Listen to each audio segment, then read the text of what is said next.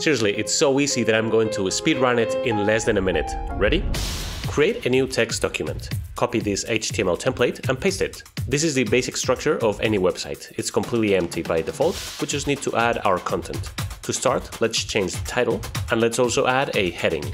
To do so, we need an opening tag, a closing tag, and the heading that we want to display in the website. Let's do the same with a paragraph, and let's also add an image. Some HTML tags like image are self-closing. Now save the document with the name index.html, and believe it or not, this is already a website. We just need to upload it for everyone to be able to access it. So let's do that. Go to github.com and sign up if you haven't. Click New Repository, add in the details, hit Create, and upload your file. Once uploaded, commit your file, open Settings, find Pages, and make sure that your repository is being deployed from your main branch. Click Save. And there you go. Now you just need to copy the URL and share it with friends and family. This is how mine looks like.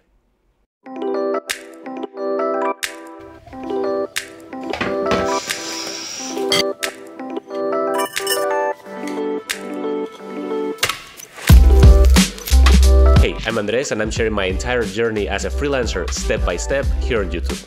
In my last videos, I designed my website and created all the images, the videos, and the text that will go in it. And today, I will need to code it.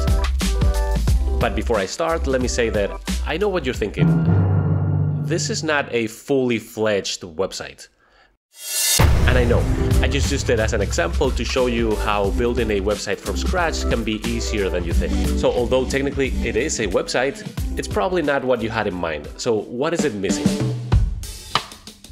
Well, the issue is that so far we have only used HTML, which stands for Hypertext Markup Language. This is what forms the structure and allows us to add headings, paragraphs, images, videos, and other elements. But it doesn't give us any stylistic options. For that, we would need CSS, which stands for Cascading Style Sheets.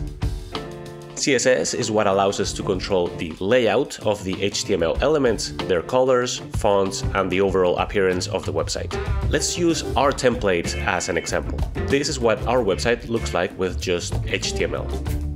Glorious. Now, without changing any HTML, this is how it looks by adding some CSS styling.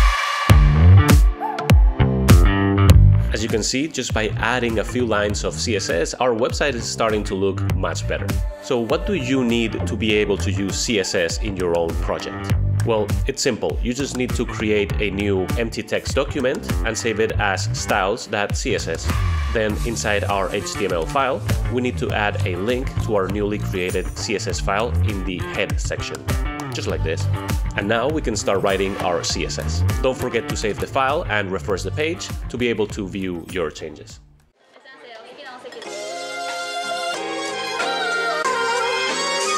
Oh man, oh! Now this is the moment where you might be feeling a little bit overwhelmed or thinking that there is a lot to learn here. And yes, there is a learning curve, but keep in mind that web development is not reserved only for tech experts or people who have been coding for years and years. It's for anyone who is curious and willing to learn. Whether you're a freelancer or just want to create your own portfolio website, the skills you gain from learning web development can open up a world of opportunities. So after all of that, I haven't even started coding my own website, so let me do that so I can show you how my website looks like once it's coded. And while I work on that, I want to share with you some things that I have learned through the years.